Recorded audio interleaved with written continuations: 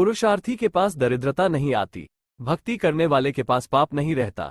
यदि आप चुप रहे तो लड़ाई झगड़ा नहीं होगा, जो जागता है उसे डर नहीं लगता। बहुत ही अधिक सुंदरता के कारण माता सीता का हरण हुआ।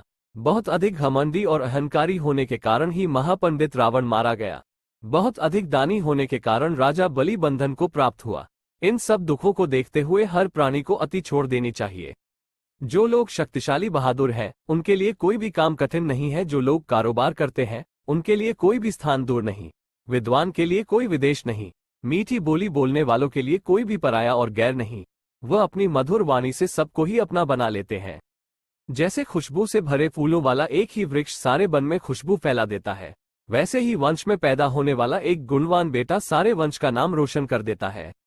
जैसे आग में जलते हुए एक ही वृक्ष से वह सारा वन जिसमें वह पैदा हुआ है जलकर भस्म हो जाता है, वैसे ही एक ही बुरी संतान सारे वंश के गौरव, मान और इज्जत को मिट्टी में मिला देती है।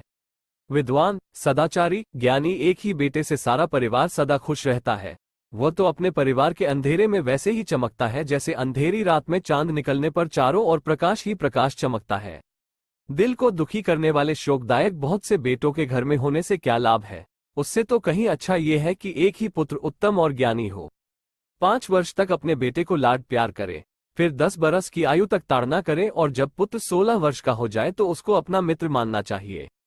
झगड़ा, प्रसाद, उपद्रव आदि होने पर, शत्रु द्वारा आक्रमण किए जाने पर, भयंकर दुर्भिक्ष में और दुष्टों का साथ होने पर जो भी प्राणी भाग जाता है वही अपने जीवन को बचा सकता है। जो भी प्राणी अपने जीवन में धर्म, अर्थ, काम और मोक्ष में से किसी भी गुण को नहीं अपनाता, उसे बार बार मानव जन्म लेकर बार बार मरने का ही लाभ प्राप्त होता है। जहां मूर्खों की पूजा नहीं होती, जहां अन्न धान्य विपुल मात्रा में संचित रहते हैं, जिस घर में पति पत्नी में झगड़ा नहीं होता, उस घर में खुद बिना बुलाए प्रभु आकर निवास करते हैं। ऐसे घर में प्यार के सागर उमड़ते हैं। प्यार के वातावरण में आनंदमयी जीवन व्यतीत करने वाले सदा खुश रहते हैं। जब जीव गर्भ में होता है, उसी समय उसकी आयु, कर्म, धन, विद्या और मृत्यु आदि 5 बातें निश्चित हो जाती है। पुत्र, मित्र और बंधुगण साधुओं से दूर रहते हैं, परंतु जो लोग साधुओं के अनुकूल चलते हैं, उनके इस पुण्य से उनका सारा वंश कृतज्ञ हो जाता है।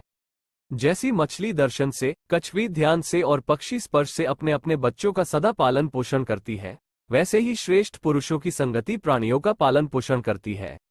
जब तक मानव शरीर निरोग है और मृत्यु बहुत दूर है, तब तक अपने आत्म कल्याण का उपाय कर लेना चाहिए, क्योंकि मृत्यु हो जाने पर कोई कुछ नहीं कर सकता।